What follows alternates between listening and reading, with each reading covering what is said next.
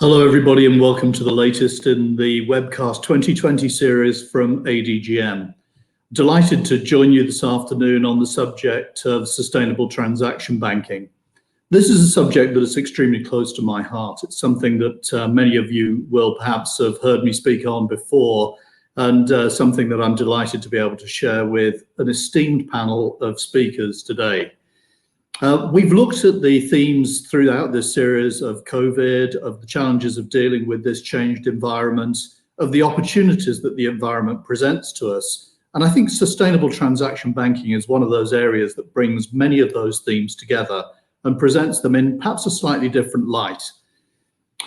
Today, we are again broadcasting live on through the ADGM website, through LinkedIn, through Twitter, and through YouTube. And I do invite you to take part in this session by sharing any questions you've got for me or my panelists. Today, we're going to do this session in two parts. I'm going to jump fairly quickly straight into the first part of this. The first part is a fireside chat with Shyam Khandelwal, the Company Secretary and Chief Risk and Compliance Officer of Shree Cement Limited, and Raki Gupta, Vice President, Senior Relationship Manager for Corporate and Institutional Banking from BNP Paribas. Following this session, we're going to jump into a second panel, which again has a great panel of speakers, and I'll introduce those just before we come to that component of it. So without further ado, I'd like to invite my first two panelists into the webinar.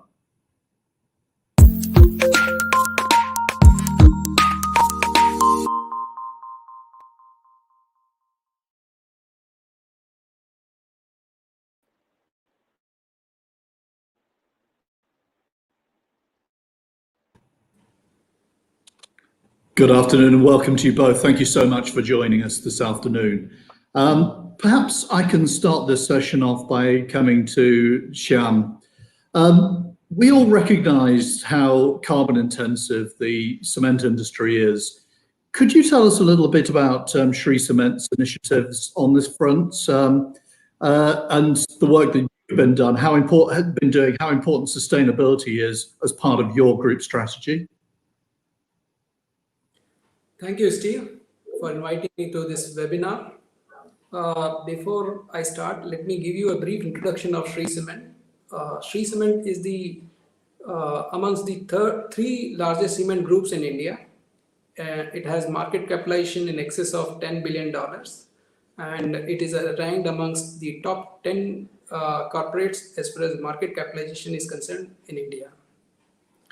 Sustainability is at the core of our business. So we evaluate sustainability in all our projects, be it new projects or a project that is set up in our running operations.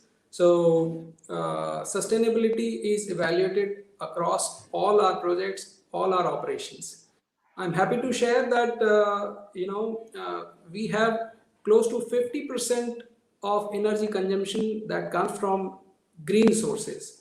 That includes waste heat recovery based power generation, wind power generation, solar power generation. So, across renewable categories, we have our presence. And I'm pretty confident that, none of the other cement players in world cement industry would be having this percentage of renewable in their operations. In terms of our waste heat recovery based power generation portfolio, I am happy to share that the capacity, 234 megawatt capacity that we have is the largest in world cement industry. And it's not only the capacity that we have highest in the world cement industry, the operational efficiency of these projects is also probably the best in the world cement industry. And that is what counts for us in terms of, having our this high share of renewables in our total energy consumption. Similarly, if you look at water, in all our, in thermal power plants, typically, people go for water-cooled condensers for condensing the water that comes out of the boilers. We took the initiative of going for air-cooled condenser, which is a bit costly, but reduces the water consumption to almost 10% of the water that is consumed by water-cooled condensers. So That's on the water side. Similarly, on the alternative raw material side, we take pride in sharing that we use close to 25% of our total raw material resources from waste raw materials. It may be fly ash that comes out of thermal power plants, or slag coming out of steel plants, and many such waste products from different industries. Another initiative that I must share with you is the use of gypsum. Gypsum is used in production of cement. This is normally available from gypsum mines, which is a natural product. So with more and more use of cement, the availability of natural gypsum is becoming limited. So we took this as a challenge and we developed a new gypsum product called synthetic gypsum. And it is meeting almost like 80-85% of our gypsum requirement. And looking at this, many of our peer industries are also going for synthetic gypsum. So these are some of the initiatives that have helped us build our sustainability agenda. I can go on sharing many such initiatives in terms of energy efficiency, in terms of productivity. Many such things have made us competitive in the market, as well as build on our sustainability agenda.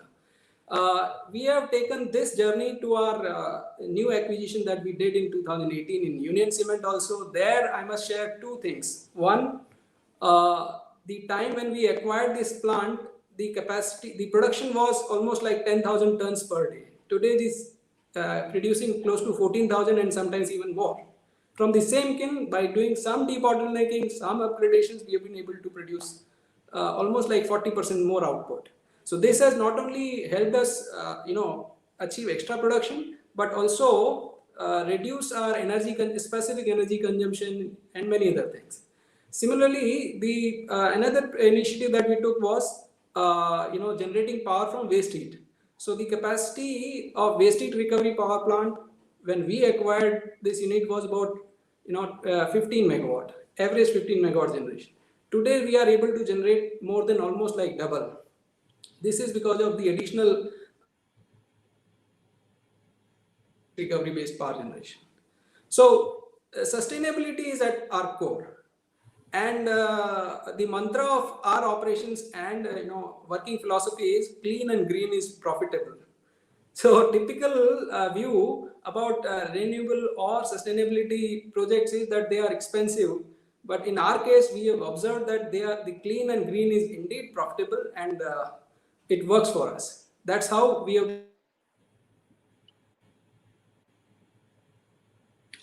And we seem to have just lost Shyam for a moment, but this is a great example for what I love to see of how industries are taking the initiative of greening what is traditionally a brown industry, considered a brown industry. Raki, perhaps I can bring you in for a second here while we get Shyam back online.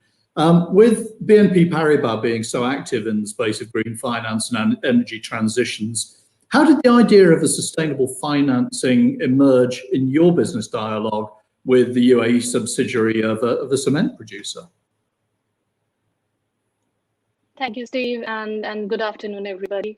So let us start by saying that sustainable finance is very much a part of the culture at BNP Paribas. And the testament to the fact is that we have the teams which are based in the region, led by Jerome Pondrouche as of now. And these teams, they work hand in hand with the business teams. So Shri Cement in the Middle East was a prospect for us at the time when we did the transaction. And as Mr. Shyam put up, they had just set their footprints in UAE by way of acquiring the cement company.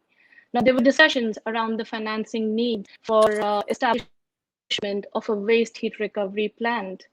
And a waste heat recovery plant typically is utilized to bring energy efficiency in the cement production. So clearly, this transaction had a positive sustainability impact. What we did was simply, we brought together the business need of the client and the practice at BNP Paribas together to structure this innovative transaction or a product which is called a sustainability linked letter of credit. And I must say that in the process of understanding and trying to see the client needs and what their business practices are. We were pleasantly surprised to see that Shree Cement has a very strong and proven track record back in India on the sustainability front. This was the first cement company in India to produce a sustainability report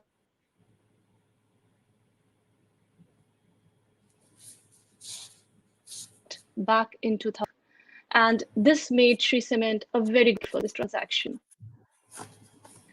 And I would say that as BNP, as a bank, which is a front runner in the sustainable efforts globally, it was an opportunity for us to support this initiative of Shree Cement with our product and with our expertise. Thank you, Raki. We've got, I think we've lost Shyam, and we're getting a little bit of breaking up on this. So I am actually going to suggest that we move on to the second component of this and move on to the second panel. But what I've heard out of this first part is that there are some really exciting things being done with industries that would traditionally be considered to be high carbon consuming components. And those are based on the back of real initiatives that are moving those traditionally brown industries towards the green and sustainable environment.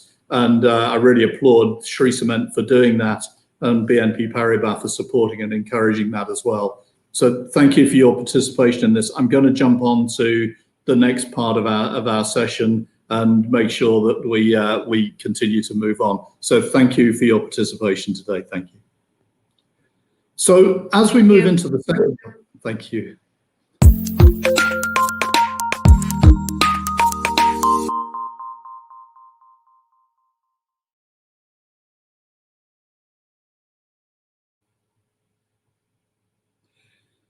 While we get the second group of panelists on, I just wanted to talk through a few things today.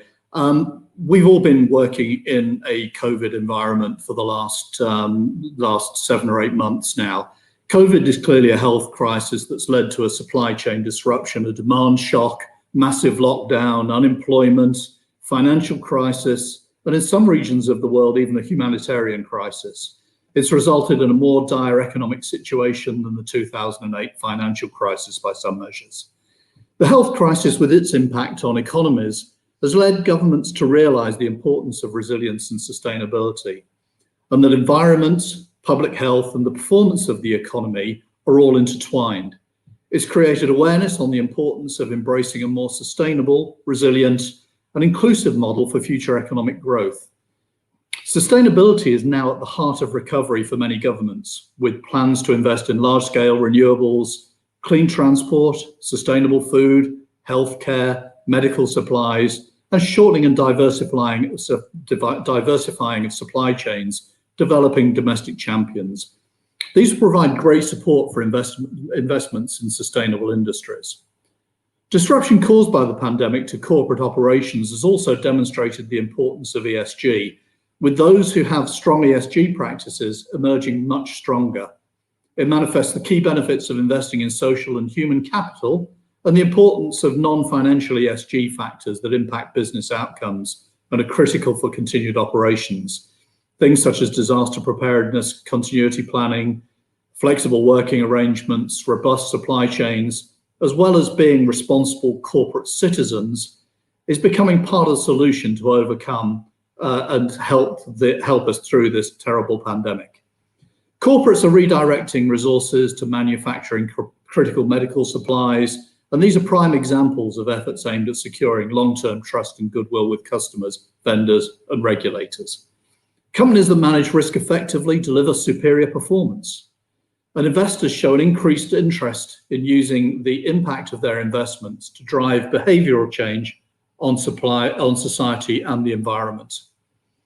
ESG investing has delivered better performance than conventional equivalents. For example, the Nuveen ESG Large Cap Growth ETF has returned approximately 6% this year, while the S&P 500 is only running at about 2% for the year.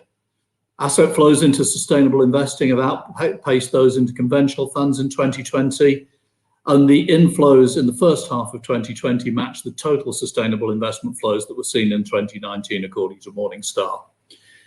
ADGM has put a lot of effort into sustainable finance, And our commitment to this is absolutely clear. We've placed sustainable finance at the forefront of our strategic agenda, and we're seeking to develop a robust and innovative hub that channels investments into various sustainability-focused facets, in line with the UAE vision for 2021 and the green agenda. So this area of sustainable transaction banking is very important, and it's important to ADGM as well as to those who do business here. Now, I'm ready now to bring on the second group of panelists, and they are a great group of speakers, and I'm sure you'll enjoy their insights. I'm joined this afternoon by Mark Cutis, Chief Advisor for Finance and Investment at ADNOC, Shona Tatchell, CEO and founder of Hala Trade, Vivek Vaidyanathan, Head of Treasury and Trade Solutions in the UAE for Citibank, Anuradha Pants, Managing Director and Head of Trade Product Management for First Abu Dhabi Bank, Daniel Tromans, Director of Treasury in Etihad, Ali Tariq Khan, Country Head of Global Trade and Receivable Finance and Sustainability Lead for HSBC, Robert Sprout, Head of Sustainable Finance for EMEA for ING, and Victor Ivanov, Head of Sustainability Transaction Banking for EMEA within BNP Paribas. Welcome to all my second panel.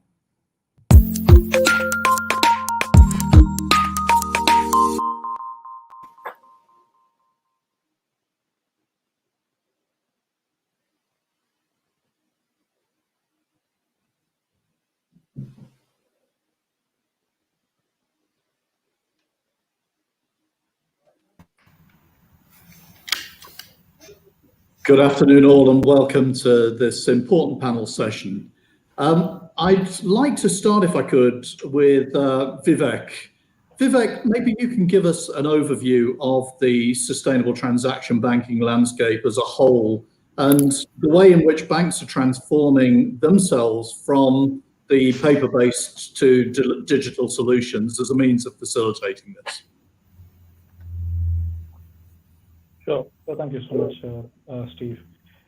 I'll probably start off by giving a perspective of how Citi has been looking at sustainable banking itself. And I think our view has always been that the financial sector has an important role to play in addressing the climate crisis by supporting the transition to this sustainable, low-carbon economy that balances the environment, the social and the economic needs of the society.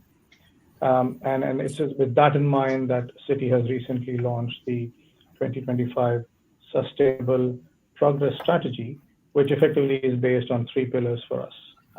The first one is, of course, the low carbon transition, which we intend to accelerate on the back of our $250 billion environment finance goal. The other one is, of course, our own sustainable operations, which is how do we reduce the environment footprint of our facilities and offices across the globe and therefore build a sustainable culture. But most importantly, I think it is, how do we incorporate climate risk and then build on our existing environment and social risk management policy for us to be able to analyze, measure, and therefore reduce the risk associated with the transactions that we as Citi engage in along with our clients. And I think that leads us to engagement with a whole bunch of stakeholders, be it our clients, be it regulators like the ADGM, or government at various levels. And it's that same ethos or philosophy, if I may say, which translates also to our approach to transaction banking and how Citi is looking at transaction banking from a sustainability and a wider, let's say, an ESG kind of a framework. For us, when we see the Treasury or the Treasurer's office, and I'm sure panelists will attest, it is one of the most connected offices within any corporate, with strong relationships with sales, with finance, with procurement, and a whole host of other departments. And then the Treasury has typically always been the one department which has been focused on driving the organizational goals and therefore having the ability to monitor some of the key performance indicators. And when it comes to driving sustainability, we believe that the Treasury can be a strong change agent driving these objectives throughout the corporate and then driving those goals through the corporate, right?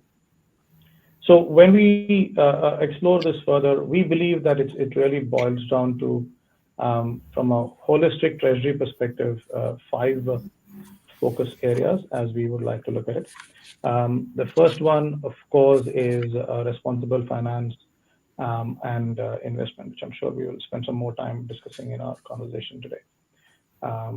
But there are other areas which are very, very critical. The second one, in our view, is the entire operational resilience, right? And which is where the digital transformation of the Treasury itself comes into play, and how Treasury can play a significant role in something as simple as removing paper from the processes and therefore ensuring a lot more digitized and therefore a much more sustainable operational setup that they would be able to create. Something that naturally follows is risk management. Again, a key player in terms of supporting the goals from incorporating sustainability into the risk elements and therefore being able to monitor it. Regulatory compliance is something which again naturally flows by virtue of the role that a treasurer and the Treasury's unit plays. And last but not the least is the entire sustenance of the ecosystem itself. So, and when we at Citi, the way we look at it is the full suite of Treasury and trade solutions that we offer to our clients. We are in the process of actually tailoring each of it under these 5 initiatives or focus areas, depending upon where a certain client or Treasury is in their journey to align with the stated goals that their corporate has put across. So that's the way Citi has been looking at it in a holistic manner across the Treasury and therefore across transaction banking. Thank you, Vivek. And that's a really good kickoff point for us. Mark, perhaps I can ask you to have a look at this from the perspective of the corporate world, from the consumers of transaction banking, and perhaps share some of your introductory thoughts on where we start from in all of this. From the perspective of a user of these services and these facilities, it's important to understand that for all of us, and not just for a large oil company, as we move into a world which is characterized by more green and an emphasis on greening, the banks as our partners have a responsibility and will have set plans to migrate to a green platform, which essentially means for those that are not able to keep pace, over time, they will find themselves unable to access credit.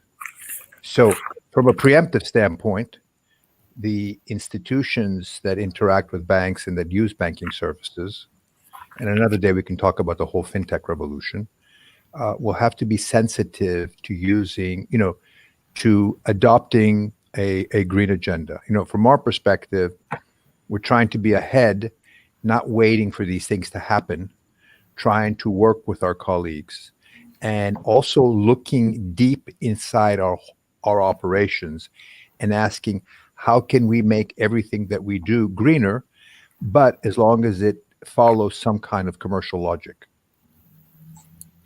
Thank you, Mark. Yeah, I think that's a set of great points there. It's either get ready or find business really difficult as we move forward, and I hope that's the way that we're going to move forward as well, because that'll be a very sustainable approach to the whole of this agenda.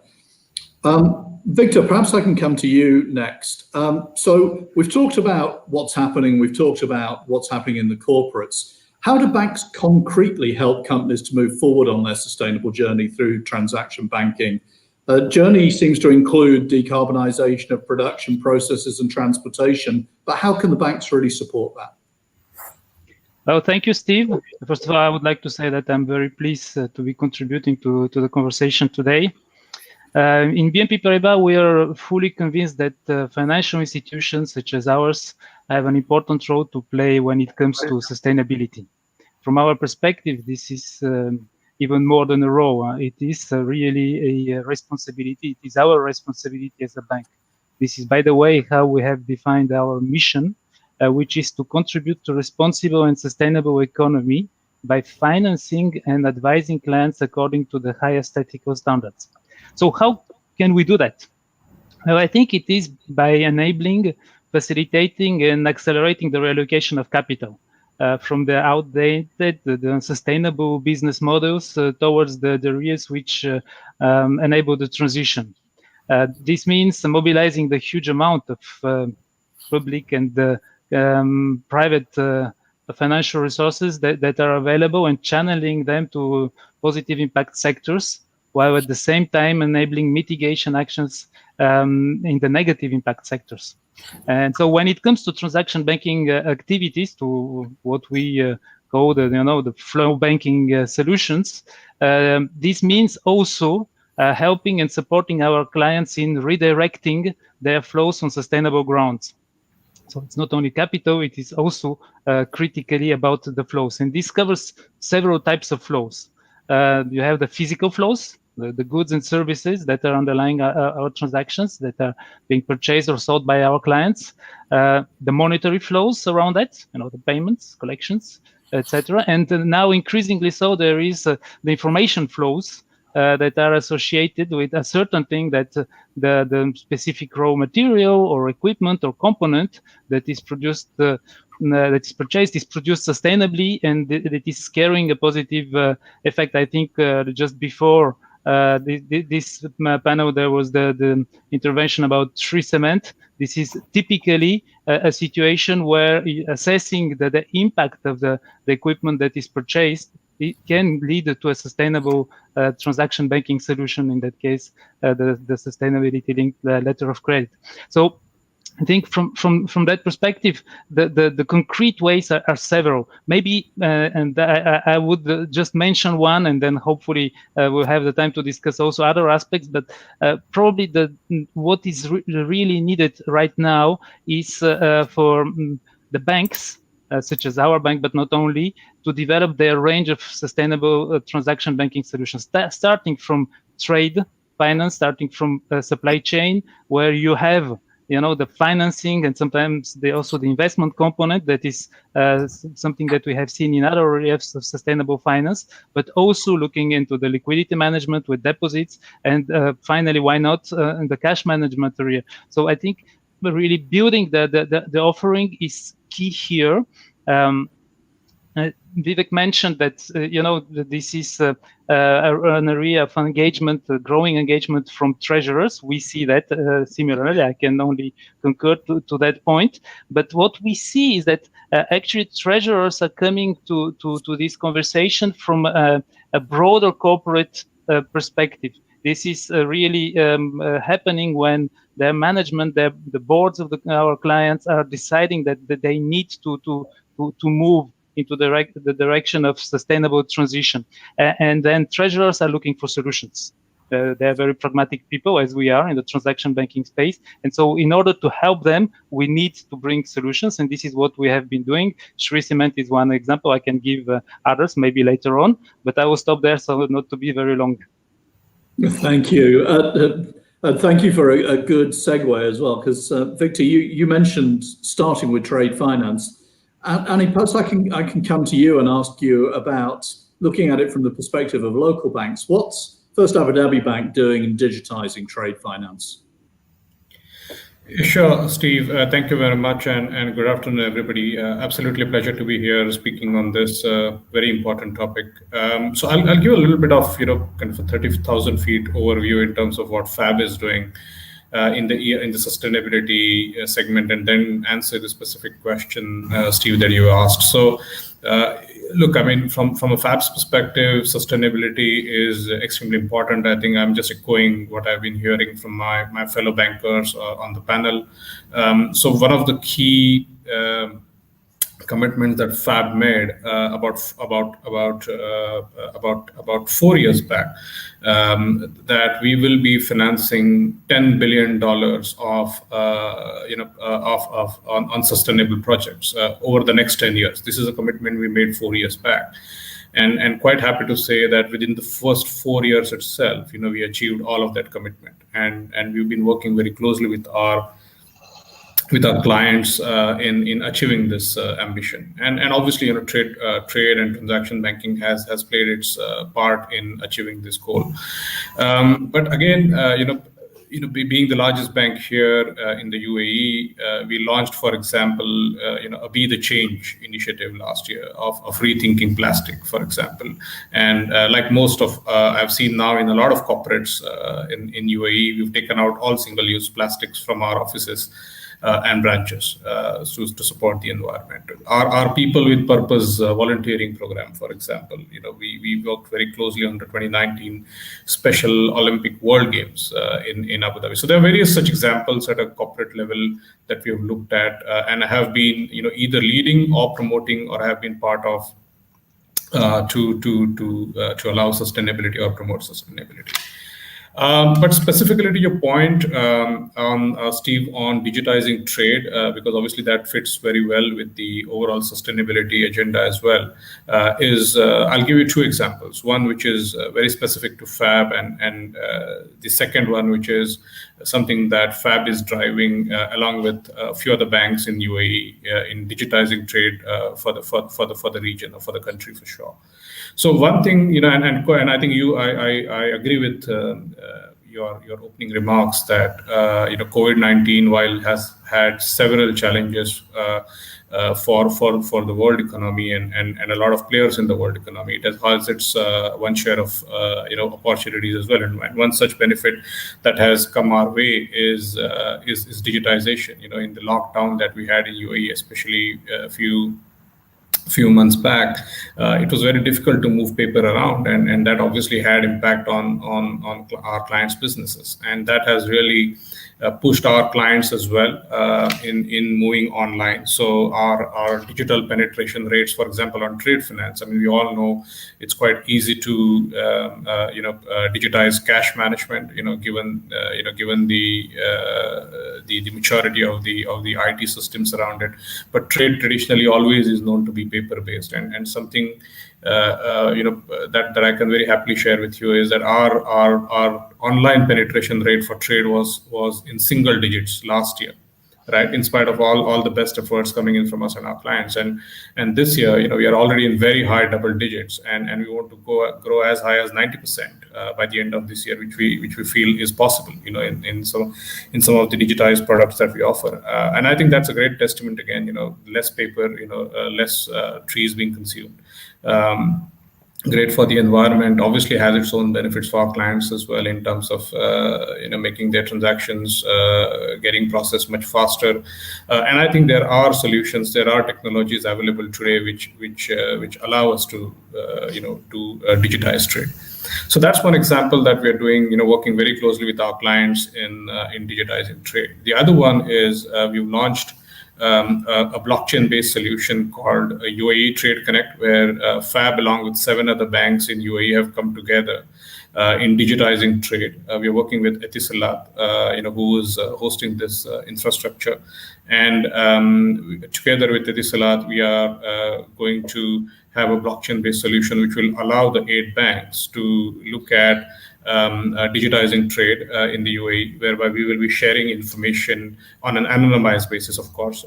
We all understand and respect client confidentiality, but within the 8 banks through Etihad, and allow us to make more robust financing, especially for the SME segments, because one of the key challenges that banks have faced, and especially in UAE, is the risk of double financing or fraudulent financing, where we don't know whether these invoices are genuine coming into our counters. But with this consortium in place, we are in advanced stages of going live in December in a couple of months, and then we are hoping the other banks in UAE will join us as well, where there is already obviously some interest from other banks. But obviously our priority right now is to go live with the solution and then work with the other banks. But we've got some large in the consortium already, so we are having a decent market share of volumes. So I'll take a pause here again and see if this answers your questions or if you need any more clarifications. No, that's fantastic. Thank you. And it's great to see the initiatives that are being taken in what has been the last real paper-based financial service moving into the digital world. So it's great progress. Daniel, maybe I can come to you from a perspective from a treasurer. And we've heard from Sri Cement and then from Mark and Adnoc as well, how traditional businesses which are considered to be relatively high carbon consuming have started to transform themselves, and on the back of that made themselves more appropriate for sustainable transaction banking services. How do you see this? Do you see this as a push that banks are coming to you with sustainable products and encouraging you to become more sustainable? Or is it the fact that you are doing, so I know you're doing fantastic things as Etihad to move into a more sustainable world that's making you more accessible for those services? Which way is it, push or pull?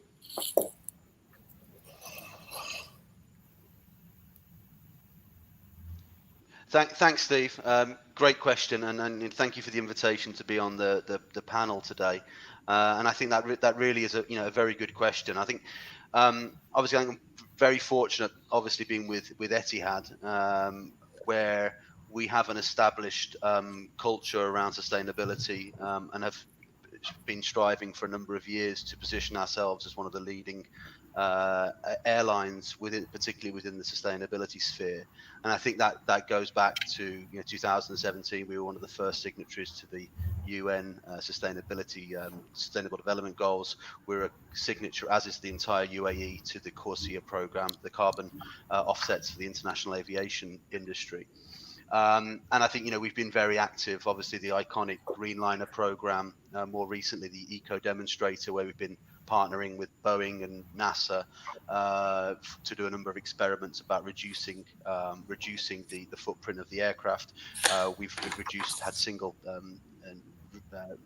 plastic-free flights. We've done a lot of work around anti-wildlife trafficking. I mean, very active. I think the one area where I think we've been particularly bold is around our commitments around emissions. So we're one of the first airlines to commit to net zero by 2050, which obviously is very impressive. And I think these things are very important because as a treasurer, from a treasury perspective, if you're operating within an ecosystem where the corporate ethos is very much pro sustainability, it really does give you a platform to be able to do a lot more in the space. And I think without that support from the broader corporate perspective, if you're in the treasury and the finance domain, your hands are tied a little bit. So I'm very thankful that we have some very insightful and very strategic thinking from the leadership of the company. I think on the financing side, we've been very, very active. Obviously, we did the world's first sustainable development goals loan in global aviation, which was actually done in conjunction with ADGM and also with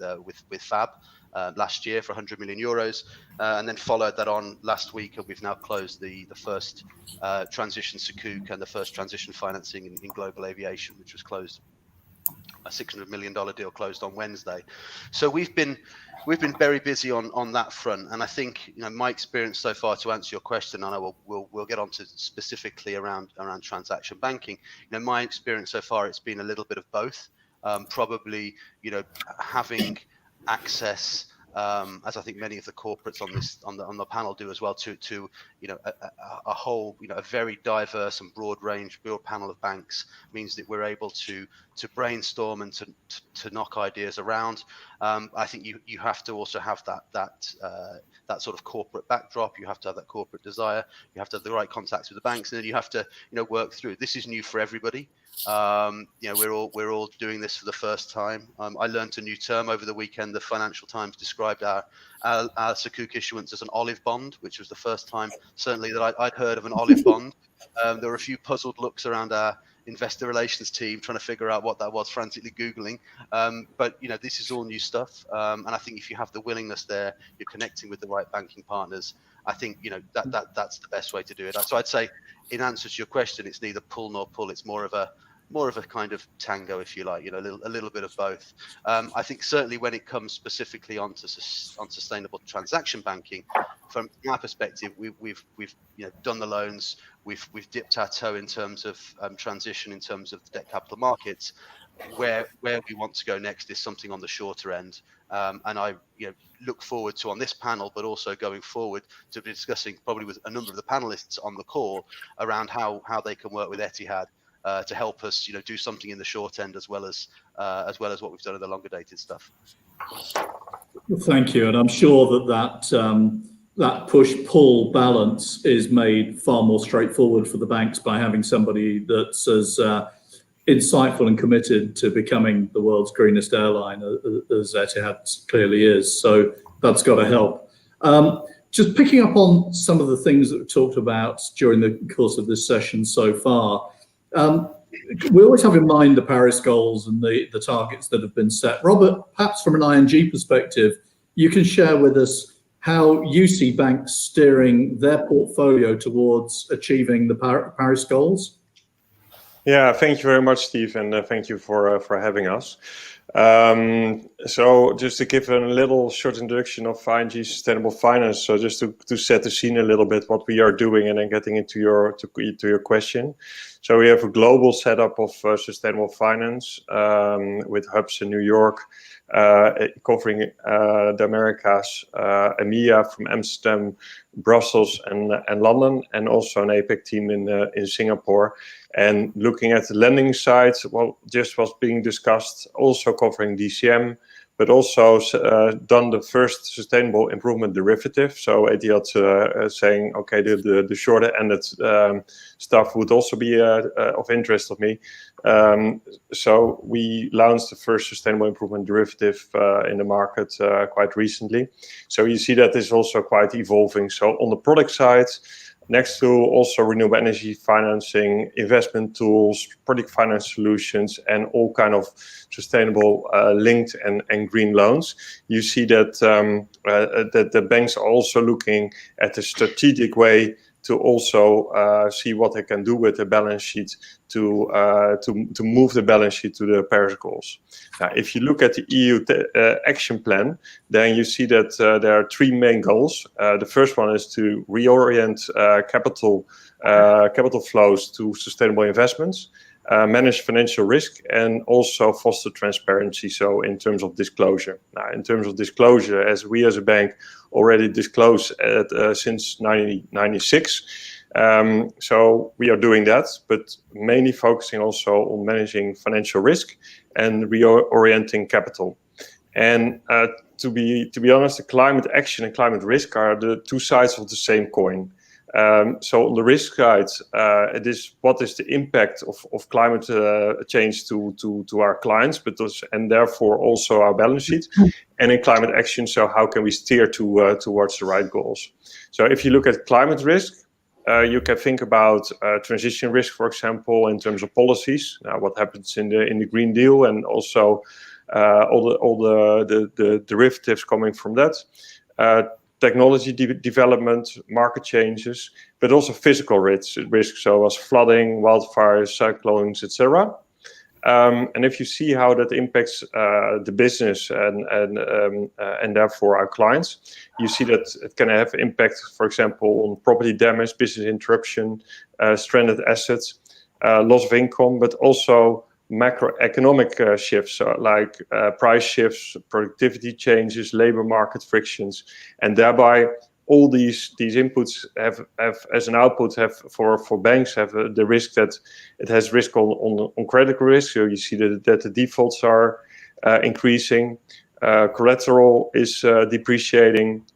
You see that market risk is coming into play, and so that is pretty much on the risk side. So banks are really have to have their risk systems in place, and we as a bank also have a climate risk appetite framework. So really look in depth in every sector, have scenarios where we really plot with scenarios what can, in the worst kind of scenarios, can happen with certain industries, and also adjust our credit risk policies to that.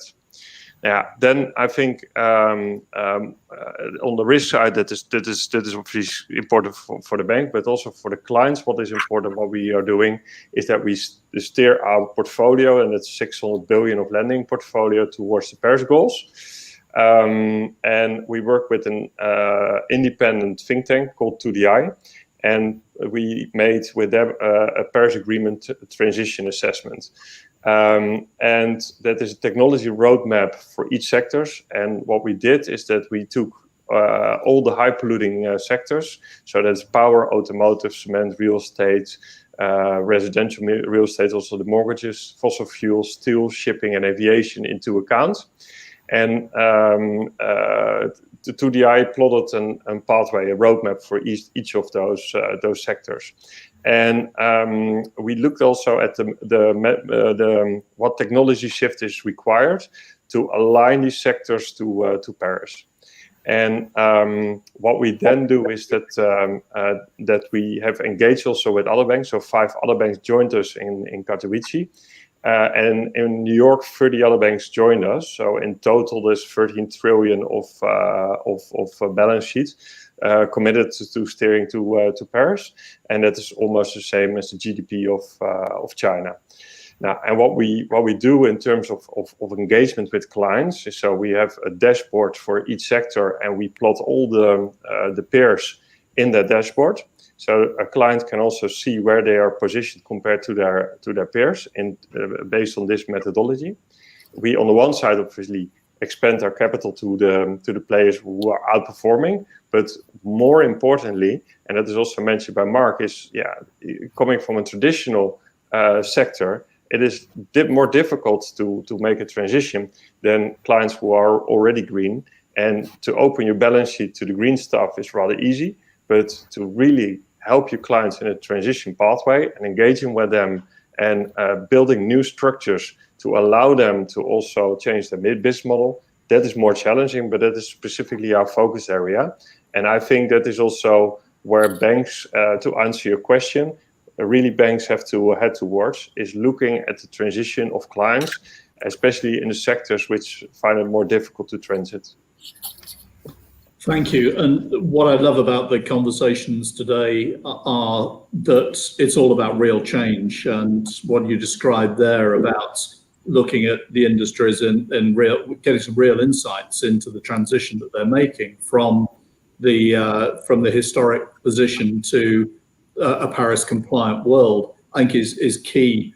I'm really quite concerned when people draw a binary distinction between green industries and brown industries, and will invest in the green but not in the brown. So I love the way you're approaching that.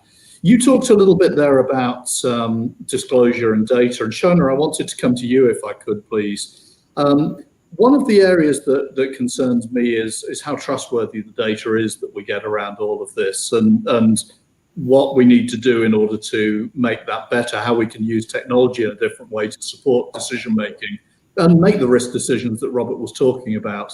Perhaps you can share your thoughts on that with us, please. Yeah, thanks, Steve. So Halo was developed as a mechanism to incentivize both transparency and reinvestment into sustainability initiatives in the supply chain, with the aim of helping companies to reduce their impact and to change behavior ultimately throughout the supply chain. So the fundamental bedrock of what we do is we have to work with data that we can trust. That data has to be gathered in a way that ultimately can also be trusted, and then recorded in a way that can be trusted. There's no point in gathering a lot of rubbish data and then hoping that you can try to in any way change business models based on not very good data. That data has to be captured and shared in a way that everybody can access, and that they can understand that that data has not been manipulated. And to do that, we've been working both inside the physical supply chain, so in terms of actual data capture, and also working with the recording of that data, and then enabling banks and corporates to take that data and use that data to make financing decisions. Now, the point of the financing decisions, as we've all been discussing, is to incentivize through the use of preferential financing, to incentivize behavior change through taking cost savings and then reinvesting them into sustainable initiatives on the ground. Now, we have to use various different types of technology in order to both gather that data and then to record that data and share it. So in terms of the data gathering, we work with a number of different organizations that both employ a lot of people and a lot of boots on the ground to capture data and record that data. We then have to link systems together in order to build that trust and that multiple party verification of the data. So we've worked, for example, in a supply chain in East Africa, where we were working with farmers and gathering data around how they produce their products, capturing that data, getting it verified by multiple NGOs so that we could be sure that it was good data, linking that to the physical supply chain of where those goods went. So this was tea that we were working with coming out of East Africa, going into a supply chain for a large consumer goods company. We had to link up all of the different parts of that supply chain in an automated way so that we could then show how products were being produced. We could then measure how those products were being produced. We could then use that data not only to give visibility to lenders as to where proceeds in the supply chain were heading, but also to actually enable mechanisms to be then developed that could allow preferential finance to flow through to producers. So not only did we have to link farmers and producers, but we also had to then link factories and processors as the goods move through the supply chain. So what we were able then to do is actually create new points at which banks could then lend into that supply chain at preferential rates. Now, those banks would not have been prepared to do that if they were unable to trust the data that they could see in front of them. And that data was data around how the products were produced, but also when contracts were actually fulfilled. So when a contract is fulfilled, then a financing decision can be made. By being able to make that data available to everyone, to the corporates involved in the supply chain, so buyers, also to the suppliers themselves, so that they could verify the fact that this data was indeed correct, to the NGOs that were also corroborating and agreeing that that data was correct, and ultimately to the lenders that were then able to lend into that supply chain. Everyone had to be in a trusted space together, and without, there's been a lot of talk about digitization of trade, but without the ability to actually digitize trade, none of this would have been able to happen. So ultimately, incentivizing transparency, so giving that knowledge and that visibility to all parties in a supply chain, and then using that transparency as a mechanism, or to create a mechanism that can then allow preferential finance to flow. And preferential finance can lead to cost savings, which ultimately can be reinvested into how goods are produced. So it creates essentially a circle of trust, is probably the best way to put it, a very transparent circle of trust. Absolutely. And I think that's openness and transparency so that we can judge the risks associated with things and the benefits of doing it the right way is so important to the growth of this market sector. Thank you for that. Ali, thank you for your patience coming on to you as we go through, and we'll get hopefully back around everybody for a second go at some of these things as well. But perhaps you could tell us from an HSBC perspective how you see corporates in the region looking at a post-COVID operating environment, and what role is expected from banks to help support them in the things that they do post-COVID, particularly with respect to the sustainable agenda. Thank you, Steve and ADGM, for organizing this session. Pleasure to be here. And a very topical question. So I'll just revert to a survey that we just recently released, and this is our annual Navigator survey, and the report's called Building Back Better. So the survey basically focuses on how companies are making significant changes to their business operations after many of the companies have found that their business models are not as resilient to shocks such as COVID, and they're lacking proper planning in key areas like tech, as we discussed, finance and sustainability. So what is the Navigator survey? It's basically 2,600 companies surveyed across 14 countries, including 100 businesses in the UAE. So as a result of the survey, what we found was that 91% of the firms that we surveyed, they said that they aim to make their businesses more sustainable over the next 2 years. And 2/3 of the companies in the UAE said that COVID has redefined and accelerated the review of how they conduct their business today. And Mark mentioned earlier, and I recall this quote from Mark Carney, from the former ECB governor as well, that that firms need to align and remodel to transition risk if they want to survive, and the ones that don't will cease to exist. And us banks, as you can probably hear around my colleagues talking about it, we have a really important role to play here, right? So we are the main conduits directing capital flows that enable transition of companies to a low carbon operating environment.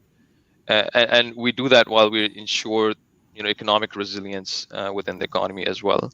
So we at HSBC, obviously, we aim to be one of the leaders in this space as we help our clients transition to net zero. So we support roughly about 1.5 million businesses across 64 countries, and we expect most of these companies to be embarking on their own transition journeys. And as you heard, Etihad and ADNOC are well on their way in terms of their journey. We also, HSBC, as you heard other banks talk about their ambition, we also announce our ambition, and it's quite a bold one. And I'm not going to mention all of the pillars, but one of our key pillars is to align the carbon emission of our portfolio to the Paris Agreement to achieve net zero by 2050, right? And this is based on the fact that faster action is needed to accelerate the transition, and COVID-19 pandemic has emphasized the need to act. And another pillar is that we want to deploy $750 billion to $1 trillion of green facilities and green funds by 2030. And this is, at the back of the need that we see from our clients to access green assets and green funds as well. We've launched a number of products to support our clients as they look to transition, and we've been recognized in the industry as well as the best sustainable finance bank, both by Euromoney and The Banker. But I mean, just to sort of summarize, sustainability is the front and center as corporates look towards post-COVID, and banks really need to be prepared to assist the customers in this journey. As you heard from my colleagues, and HSBC is ready. Thank you, and I'm delighted that sustainable banking is so high on the agenda of all of those on this panel, which is the reason that we really wanted you guys to join us today. Victor, I know on that idea of the way that COVID has accelerated the emergence of sustainable transaction banking, picking up on some of the themes that we've had there and comments that Ali made. I know from a BNP Paribas perspective, you've got some views on this as well. Perhaps you can share those with us? Absolutely.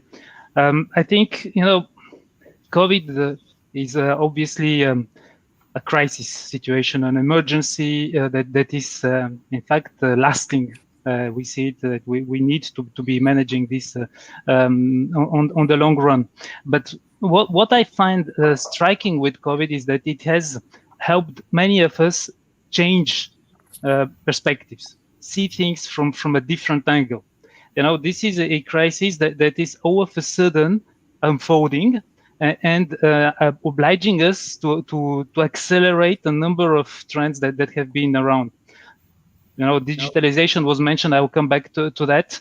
But more importantly, what it has highlighted is that we really need to accelerate our transition to more sustainable models. And Ali was referring to resilience, to sustainability. One of the things that we have been doing within BNP Paribas is building solutions to accompany our clients around that. Sustainable supply chain is really something that is key for our clients, and all the solutions that we have developed around that. We are a pioneer in sustainable supply chain financing in BNP Paribas. We have done the first transactions already 4 or 5 years ago, is really to push it to the next level. Shona referred to this very interesting example of the tea producers in Malawi. I am not sure that, Shona, you mentioned the country, but this is where it happened, because we worked together with Hello Trade on this very interesting pilot initiatives, and we were happy to be the bank who provided actually the supply chain financing part of the so-called Trado project. For those who are willing to read about it, there is an extensive report that was published, open source, together with the Cambridge Institute for Sustainability Leadership and all the other consortium members, including Unilever, who was the buyer.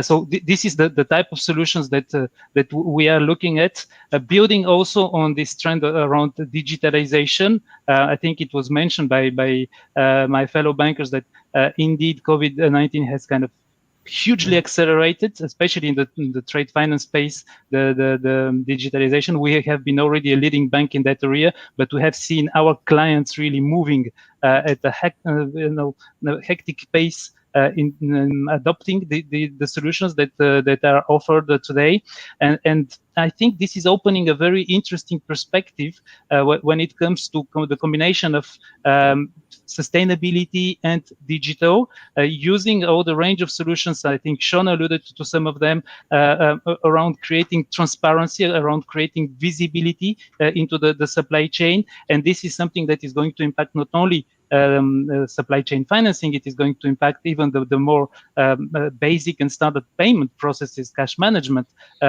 is an area where we see developing a range of solutions around the traceability and transparency that is going to help our clients move towards a sustainable supply chain.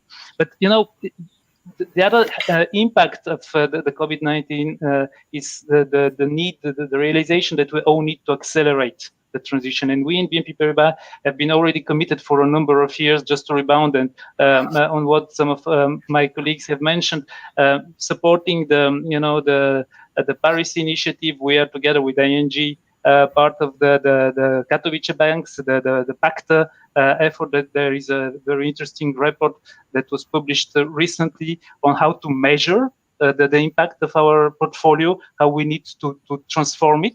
And I think this is going to guide our action going forward in the way we engage with clients. We have developed a range of solutions in the transaction banking space, sustainable trade finance. Sri Cement is a good example, but we have done also sustainability-linked guarantee facilities with the Siemens Gamesa. Again, this is public, and this is something that shows how we could articulate towards the shorter end, I think, of the financial spectrum, the type of solutions that can be developed. We are also going to, now we have done it already, but we're going to communicate on it quite soon, our first sustainable deposits, and which is aligning our balance sheet to the United Nations SDGs objectives, really helping further to foster, to direct finance to the achievement of these objectives within the bank. We have been now for a number of years communicating on our objective of deploying finance towards in support of the energy transition and the United Nations Sustainable Development Goals, and we have our latest figure is 119 billion euro, and we are aiming to grow it by an average 10 billion euro every year over the 2019-2021 period, and that is just the beginning. So I think the COVID-19 is really kind of crystallizing the effort on what we need to be doing. And one important aspect that has also, I think, been triggered by COVID is the emergence much more strikingly and forcefully of the social aspect in sustainable finance. This is something that was already there, but most of sustainable finance was around green or around environmental objectives. This year, we see a lot happening in the social part, and we can be using even sustainable transaction banking solutions to support these types of efforts.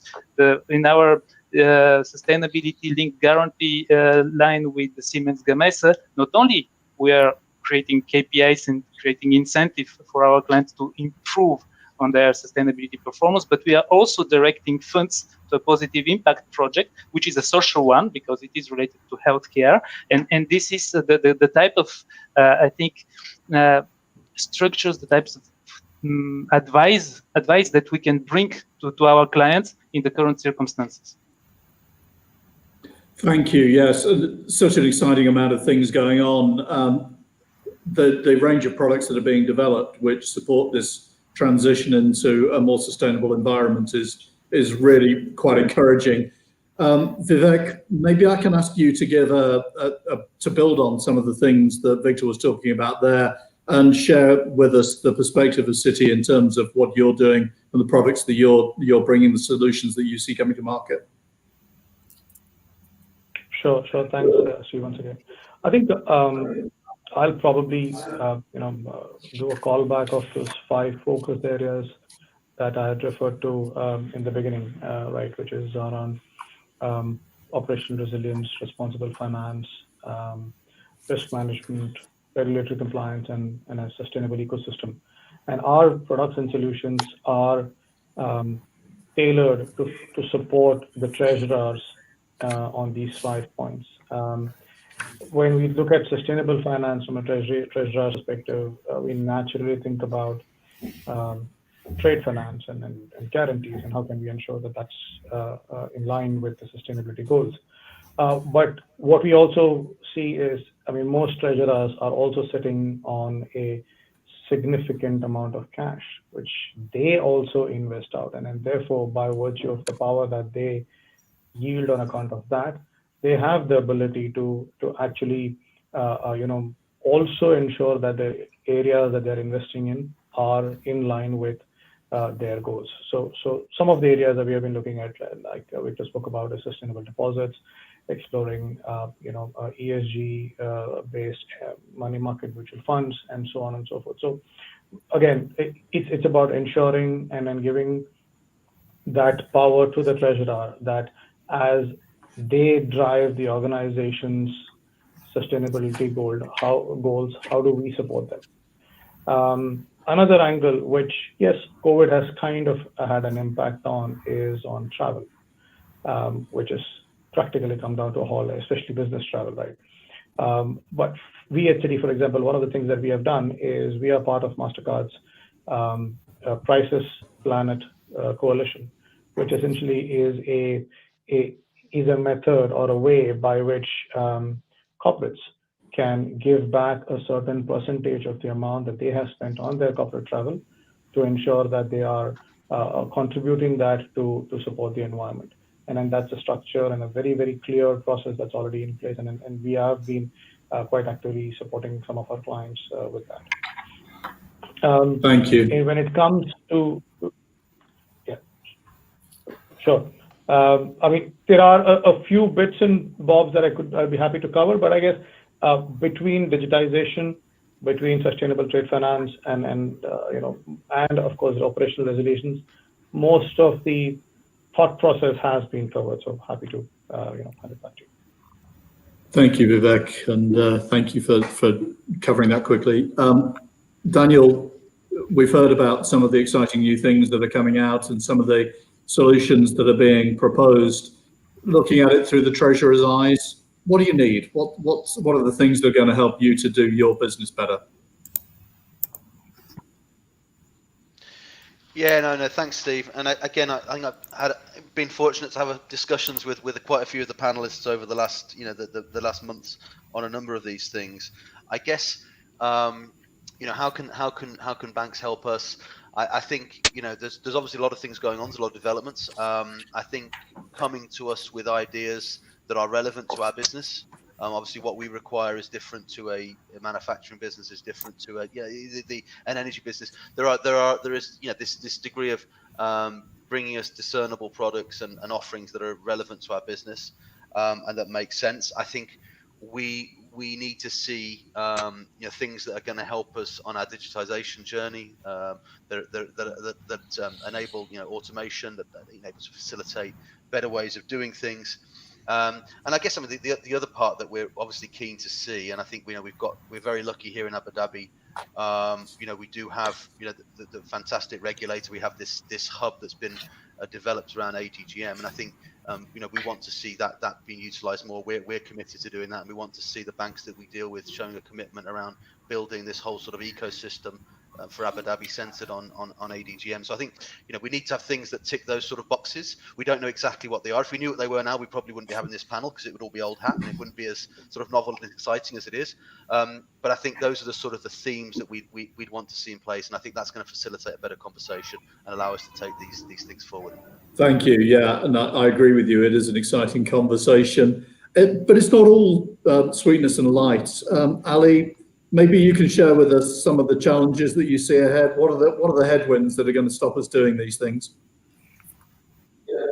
Yeah, sure. I'll do that, Stephen, and I'll just sort of go back to the point that Daniel made earlier, that this is an evolving space, right? So it's continuous to develop and evolve as we speak every day. And on this panel we've got the SMEs, but broadly, there is still a lot of work to be done here. So I think from our perspective, there are a couple of challenges that we see. The first one is it's knowledge and understanding. So as I mentioned, we are SMEs here, but I think beyond us, deeper knowledge and understanding within the market, within the industry, within all the other banks as well. I think that needs to evolve. So let's also acknowledge that the growth in ESG-related financial instruments and the number of declarations by corporates of their ESG credentials year on year is phenomenal, right? So that's fantastic. But compared to the overall sort of global financial sector, it's still quite nascent. So this forum that that ADGM has organized, this is essential, right? So regulators, corporates, banks, we need to come together and discuss key themes, share ideas, and enhance understanding, as we are the advocates of this agenda, and we go back and we talk to sort of our customers, our peers, and our staff to sort of bring that knowledge and build on that ecosystem, as Daniel was talking about earlier. The second challenge that we see is market definitions, right? So we've had LMA publish the Green Loan Principle, and we've got ICMA that they've published the Green Bond Principles. We have, however, yet to see an introduction of any market principle that sort of qualify specifically trade finance facilities, right, including sort of supply chain finance, which is sort of payable finance in some of the other banks. HSBC being a global leader in trade finance, we've built our propositions using the Green Loan Principles for funded trade assets. And due to the lack of availability and market principles of unfunded, basically we've developed our own principles for letters of credit and guarantees. And in 2019, we executed our first sustainable supply chain finance transaction, and this year we've executed our first green letter of credit in the UAE for a customer, as well as we've executed several green guarantees in the UAE as well as across the world as well. And we're now speaking to sort of key market regulators and players to try and standardize those principles that we are using, so that other banks also see what we're doing as green, and we also see what other banks are doing as green versus brown. And the last challenge that I see is capital treatment, right? And this is potentially due to a lot of the stuff that Shona spoke about earlier, right? Lack of ESG data, lack of traceability and transparency in the industry and through supply chains. So HSBC held another survey, and this was for investors and issuers, okay? and 50%, and there were about 1,000 participants in there. So 50% of the investors that we surveyed, they said they want to see more ESG data, because at the moment, when you look at a balance sheet, it's very difficult to differentiate between a green asset and a brown asset on a balance sheet. So we need, and I think this is a key challenge, is we need rating agencies, we need IFRS, we need Basel, and we need other agencies to start differentiating the treatment of green assets and deposits versus traditional brown ones. And I think once that happens, it will potentially be the tipping point, where institutions will be able to differentiate between brown and green, and we will be able to give corporates the benefits of their investment in ESG policies and goals. So those are, I think, the three key challenges that we see. Thank you, and I think it is a virtuous circle. The better data we get, the more we can demonstrate that these assets are lower risk, and the more we can impact capital treatment as a result of that. So I think the virtuous circle is absolutely key. Anirudh, the local perspective on challenges and how you see the challenges to growing ESG-based structures in transaction banking. Yeah, sure, Steve. Thank you. I think it was very interesting to hear diverse perspectives from my fellow panel members on ESG. I think it certainly opened up my horizons on this topic. But look, if you ask me, is sustainability in transaction banking? I think the answer is yes. I think we've heard on the panel, discussions about sustainable shipment, sustainable supply chain finance, support on the green projects that have happened. But I still, if you ask me the question, is it a good to have or a must have, especially when you're looking at transaction banking products and solutions, I think it is still a good to have, topic, so no, so for example, and I think the responsibility is on all parties, right? So if I look at, for example, the payback periods on the ESG projects are typically large. For example, there's a large gestation period. The tenors are long, and typically transaction banking are associated with short-term fundings. The returns, from a client's perspective, have to make sense as well. So they will always ask the banks that if you're doing an ESG structure, are there any benefits from financial perspective, from financial benefits? And I think that goes back to the point Ali was raising earlier on lack of capital standards. We talked about supply chain finance, and I think in supply chain finance, a lot of corporates have indeed displayed a lot of corporate responsibility from a social responsibility perspective in extending the supply chain finance program to a large sector of SMEs, in order to help them and help the economy. But again, from a sustainable supply chain finance perspective, the challenges come in terms of lack of standards, the lack of data, in order to then look at whether those standards are met or are not met. So I think the responsibility is on all of us. I guess from a bank's perspective, we always follow what our clients want. So when we devise our production solutions, we will be looking to provide production solutions which makes banking faster, which makes it more efficient, which makes it more cheaper for our clients. Likewise, clients will be looking similar solutions from the banks. And the moment clients start demanding a lot of ESG related services, that's where I think the banks will also start focusing a lot more on developing production solutions from an ESG perspective. So I think it's a bit of a push and pull on both sides. And lastly, since we have ADGM here, I would also say that I think ADGM can also play, as the regulators, probably a crucial role in terms of promoting this, and I think today there's already a great step in terms of having the key stakeholders, kind of gathering together and discussing on this important project. But then maybe, as a follow-up, there could be tangible sandboxes that could be created where, the regulators can be there, clients can be there, banks can be there, corporates can be there, fintechs can be there, and we can all come up together with something which is more tangible, meaningful, and which is trying to, solve a real problem, which then kind of is then an interest for everybody, rather than some constituents of the market. It's a great point, and the more we can do to drive that, that ADGM is committed to this with the Abu Dhabi Declaration and the second version of that. It's something that's, as I mentioned in my introduction, it's key to our strategy going forward. Shona, we just heard some views on what can be done around capital and the sort of carrot of lower capital amounts, perhaps for green and sustainable transactions. Is it about the carrot, or is it about the stick, or is it a combination of the two? Incentives or disincentives? Yeah, so it's interesting actually. Ultimately, what we're trying to do is create behavior change, and behavior change can be, either brought about through incentivization, which is very much the angle that we've taken, which is looking at how do we release more financial resource to go back into the supply chain to be reinvested in further initiatives. But at the same time, unless you have really strong regulation, there is a danger that this could always remain in the nice to have box, which we talked about earlier. And unless, again, to go back to the whole data question, unless you can actually prove what's going on in the supply chain and you can actually see it and you can trust it, there is always a danger of greenwashing.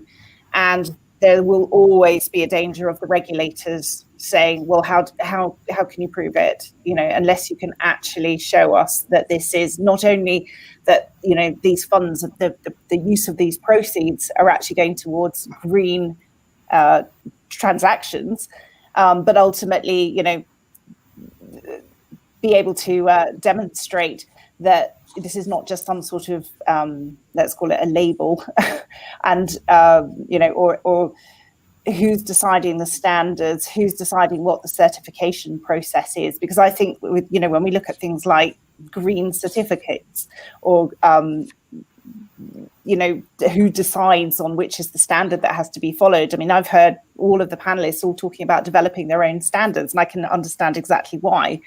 There is no standard, for example, for trade finance. So in the absence of that, everyone does their own thing. So how will the regulators ultimately be able to trust any of us when we say that we want better capital treatment? And unless you have strong regulation. So, for example, if we look at something like the whole area of modern slavery, there has been some really quite interesting regulation, particularly in Australia, that really is starting to bite corporates, and they are starting to sit up and take notice. But it's very, very patchy, and unless all of the global regulators come together, both in the area of the social and labour standards, but also environmental standards, and really disincentivize everyone from behaving in a let's call it an unsustainable way, until the time that unsustainable business practices are seen to be as undesirable as money laundering and terrorism financing. It has to reach that level ultimately for anyone to act. And again, it to me, it all goes back to the data. You've got to be able to prove it in order to be able to justify better capital treatment one way, or avoidance of fines and being put out of business in the other direction. I agree fully. And for me, it is all about transparency and data, and that's certainly the approach that we've been supporting within ADGM. Thank you for that. Robert, can I just ask you to give us a brief view on what we can do further to improve the quality and materiality of the sustainable finance markets? Yeah, I think that and I will keep it short given the time as well, but I think we reach a critical point here because of materiality and is very important in the market. Quality data, but also materiality. When we introduced the first sustainable improvement loan in the market in 2017 with Philips, we wanted that it was ambitious and material. We put forward 5 KPIs on the E, the S, and the G, the environmental, social, and governance, and pegged that to the price of the client. So if they would make the performance, they would have a better pricing. If they would not make it, the prices would go up. Now, and for every client, we look at multiple KPIs, and they should be ambitious and material, and hopefully contribute to the Paris goals. But we saw in the market as well, because there's so much liquidity in the market, that some of the financial institutions are just following the clients. So accept, for example, one KPI. And we see that as dangling your own carrots. And that is not material. So therefore, we also have a Sustainable Finance Quality Board within ING. And if that happens, if we get in such a transaction, we weigh it very carefully. Now, and then to round off on the green side, I'm very glad to that the EU taxonomy kicks in Europe. So it has now been put in regulation in June. So now the delegated act is so where you still can comment on, and that is describing what is a sustainable economic activity. So then you have really a clear cut, okay, what is green and what is not green, and it's not a subjective point. Let me finally touch upon the risk-weighted assets. So it's risk related to real sustainability. What we did as a bank, we made a distinction between the two. So we took it into account in our climate risk appetite framework, but not saying to our regulator, okay, we want to have less capital because it is not always the case. So hence, yes, we embed it. Yes, we see that some businesses are better and want to have the dialogue, but it's not one-on-one, to be honest, for us at least. Thank you. It's very clear, and I think doing something which is not just tokenist but is really meaningful and actually changes the outcomes is the most important thing about everything we've been talking about today. Mark, I gave you the top of the show almost. Can I give you the other end as well? And perhaps share your thoughts with us on everything you've heard today and what this means for going forward. Thank you. Thank you for that.